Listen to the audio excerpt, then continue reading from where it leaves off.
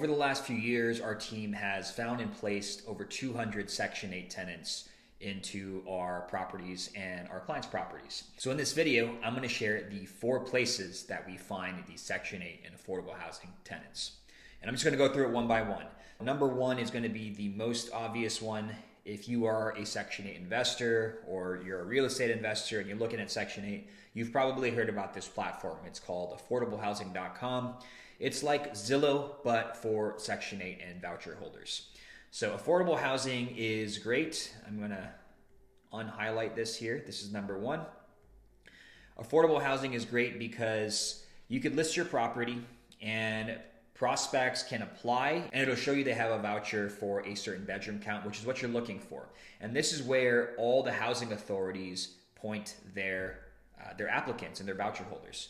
So whenever someone applies to be in the Section 8 program, the housing authority will tell them to look for properties here. So let's just do an example. Cleveland, Ohio. If you search, it looks pretty similar to any other platform where you're looking for properties, and they would see, 2-bed, 4-bed, whatever they're looking for, and they would go, they would apply, and then at you as the landlord, it would show how many bedrooms that their voucher is for. And if they fill in an application, it'll show you some background information as well. So this just makes it very easy for you as the landlord to filter for people with a certain bedroom count on their voucher and the person who's looking for a home to find exactly what they're looking for. On the back end for landlords, and this is on a premium plan, so you'll need a premium plan to do this. They have a free plan, but I'm not sure what the limitations are. But on the back end of this, it'll give you a list of prospects and you can email and text them. So we have pre-built templates and messages that we send out across our numerous accounts here, and we'll list the property. It'll give us prospects who fit that property, and then we'll message them via email and text. And whenever someone comes in and they apply, they might first reach out to us through just direct message, and then we get in a phone call or a text message, or they just directly apply and we'll see their screening and we'll see their background. So this is a great platform. We found a lot of tenants here. It has in recent times gotten a bit more difficult to find tenants from this platform. I'm not sure if that's because of competition or something else, but it has gotten a little more difficult and we've started to lean more on the other methods I'm about to share. So this is number 1. Number 2 is going to be Facebook groups for your market. Okay? So all you're going to do here is go to Facebook and you would search for whatever your city is or whatever your market is and type Section 8 after, and it'll have a list, maybe one, but oftentimes we'll see like multiple groups that say the city and Section 8, and it's for renters or it's for landlords or for both. So what we do is whenever we list a property, we will take pictures, we take a video walkthrough, and we'll list, this is a good example. So we'll list the property here, we'll make a post just saying, hey, we have a property, it's this many bedrooms, here's some pictures, message us if you want to see a walkthrough. I don't share the full address, and you don't want to share the full address either, because what has happened in the past is when you share the full address, there are some scammers in these groups where they know the property's vacant and they'll go to the property and they'll rob the place. Like they'll take the water heater, they'll take wiring or appliances in the house. So you don't want to share the full address until you're chatting with the person in the DMs. But Facebook groups can be very good because there's a social aspect. And if you post pictures like this, you can see here 26 comments. So what happens is when people start posting like they're interested, Facebook likes to see that engagement, so they'll push it to the top of the group so more and more people see it. So we have posts in these groups that have like 200 comments. And what that does is we can only pick one person, right, to move into the house. We do the screening process, which is have them reach out, show us proof of their voucher, then we send a video walkthrough. I'll have a future video on our entire screening process and criteria.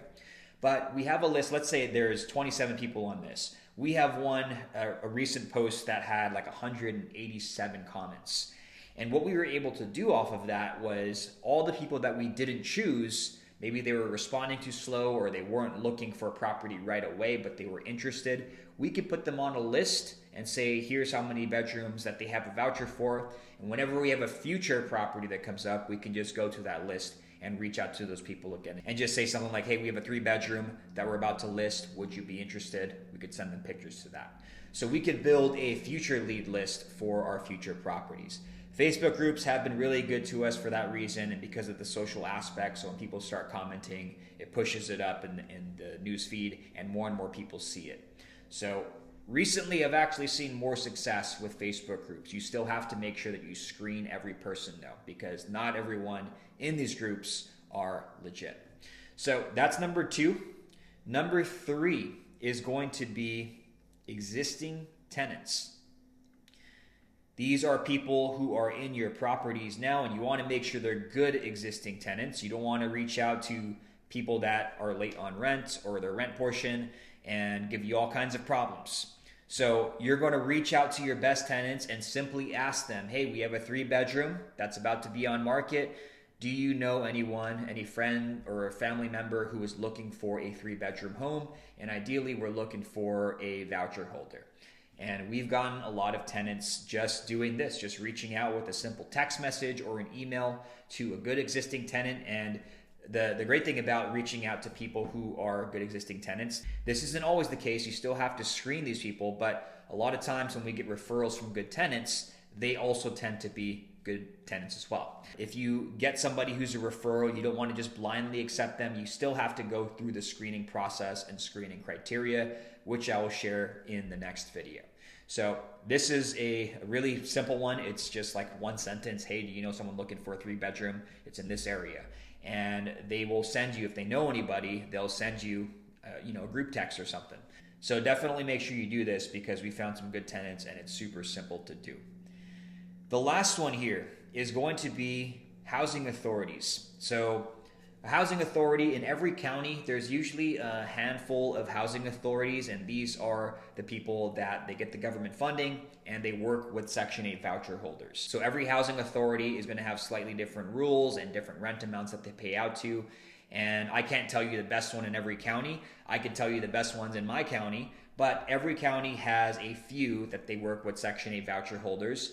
And so you could reach out to these housing authorities and try to build some relationships, and also ask them if they have anyone who is actively looking for a home with your amount of bedrooms. So we've made some good relationships being in our markets for 3-4 years now, where we can just go to the person that we talked to and be like, hey, we have this house about to hit the market. Do you know anybody looking right now? And they'll send us people who are actively looking. Now, a simple way you can figure out what the housing authorities are is just go to Google or ChatGPT or Claude and just say, I am a Section 8 landlord in this county. Please list the housing authorities there as well as their email and phone number.